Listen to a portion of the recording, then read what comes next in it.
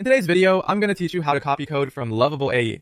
Whether you're grabbing a single function or an entire component, I'll walk you through a simple, reliable flow and share a few tips to keep everything clean and usable. First, open your project. Head to the lovable.dev site, sign in, and from your dashboard, choose the project you want to work on. Make sure you're opening the correct workspace or repository if you have access to multiple projects. It's a good idea to confirm you're in the right branch or environment so the code you copy matches what you expect. If your project is still loading, give it a moment to fully initialize before moving on so the interface stays responsive. Next, enter code mode. Look for the code icon, typically shown as angle brackets, in the top panel or along the sidebar. Clicking it switches the interface into a view designed for reading and working with source files. If you don't immediately see the icon, try widening your browser window or expanding the sidebar.